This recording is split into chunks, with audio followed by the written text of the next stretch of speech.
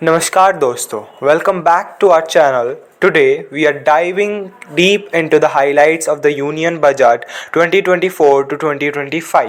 Interim Budget presented by current Finance Minister Nirmala Sitharaman. The vision of this budget is prosperous Bharat in the harmony with nature, modern infrastructure and opportunities for all. Let's come to the focus areas of the budget. First is Garib Kalyan Desh Ka Kalyan. DBT transfer, direct benefit transfer, has led to the savings of 2.7 lakh crores.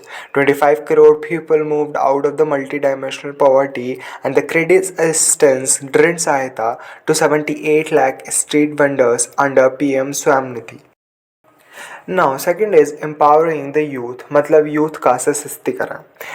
1.4 crore youth are trained under Skill India mission. Fostering entrepreneurial aspirations of youth, 43 crore loans sectioned under PM Mudra योजना. मतलब उद्यमशीलता की आकांक्षाओं को बढ़ावा देना युवाओं के लिए 43 करोड़ ऋण स्वीकृत पीएम मुद्रा योजना के तहत. To the third one, welfare of farmers, अन्नदाता. पीएम किसान के तहत 11.8 करोड़ किसानों को सीधी फाइनेंशियल असिस्टेंस मिलेगी. पीएम फसल बीमा योजना के तहत 4 करोड़ किसानों को फसल बीमा मिलेगा. ENAM के तहत 1361 मंडियों का एकीकरण या फिर इंटीग्रेशन 3 लाख करोड़ के व्यापार की मात्रा का समर्थन. नाउ फोर्थ वन, नारी शक्ति. वुमेन एंटरप्रेन्योर्स को 30 करोड़ मुद्रा योजना ऋण वितरित मीन्स लोन डिसबर्स्ड किया जाएगा. 10 वर्षों में उच्च शिक्षा हाई एजुकेशन में वुमेन एनरोलमेंट में 28% की इंक्रीज होगी. स्टेम कोर्सेज में 43% महिला एनरोलमेंट बढ़ेगा.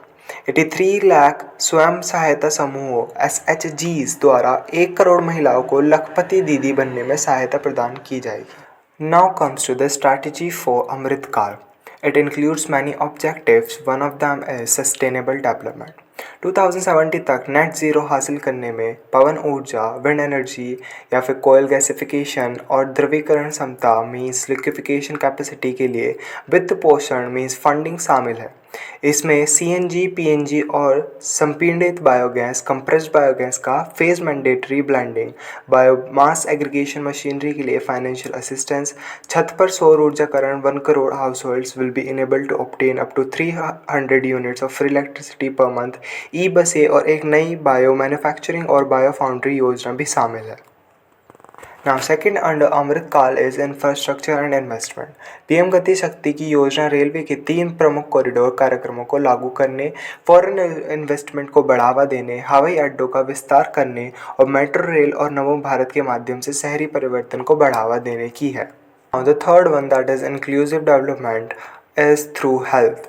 इस पहल का उद्देश्य 9 से 14 वर्ष की लड़कियों के लिए सर्वाइकल कैंसर टीकाकरण वैक्सीनेशन को बढ़ावा देना, बेहतर पोषण के लिए सक्षम आंगनबाड़ी और पोषण 2.0 में तेजी लाना, टीकाकरण प्रयासों के लिए यूविन प्लेटफॉर्म शुरू करना है. And health cover under Ayushman Bharat scheme to be extended to all ASHA anganwadi workers and helpers. Also through housing and tourism. Pradhan Mantri Awas योजना ग्रामीण 3 करोड़ घरों के लक्ष्य को प्राप्त करने के करीब अगले 5 वर्षों के लिए अतिरिक्त 2 करोड़ का टारगेट है. मिडिल क्लास को अपना घर खरीदने बनाने के लिए प्रोत्साहित करने के लिए मिडिल क्लास के लिए आवास योजना शुरू की जाएगी. The fourth and the last one is agriculture and food processing.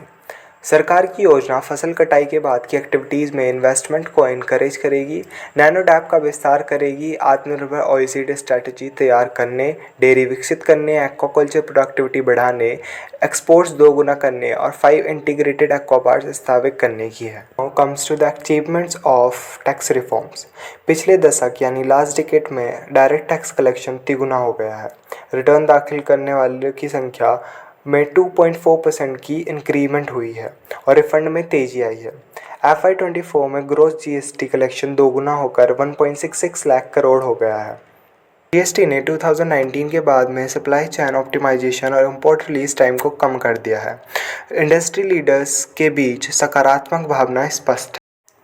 Now let's talk about the allocation for a specific ministry. For Ministry of Defense, there is 6.2 lakh crore investment. Ministry of Road Transport and Highways 2.78 lakh crores.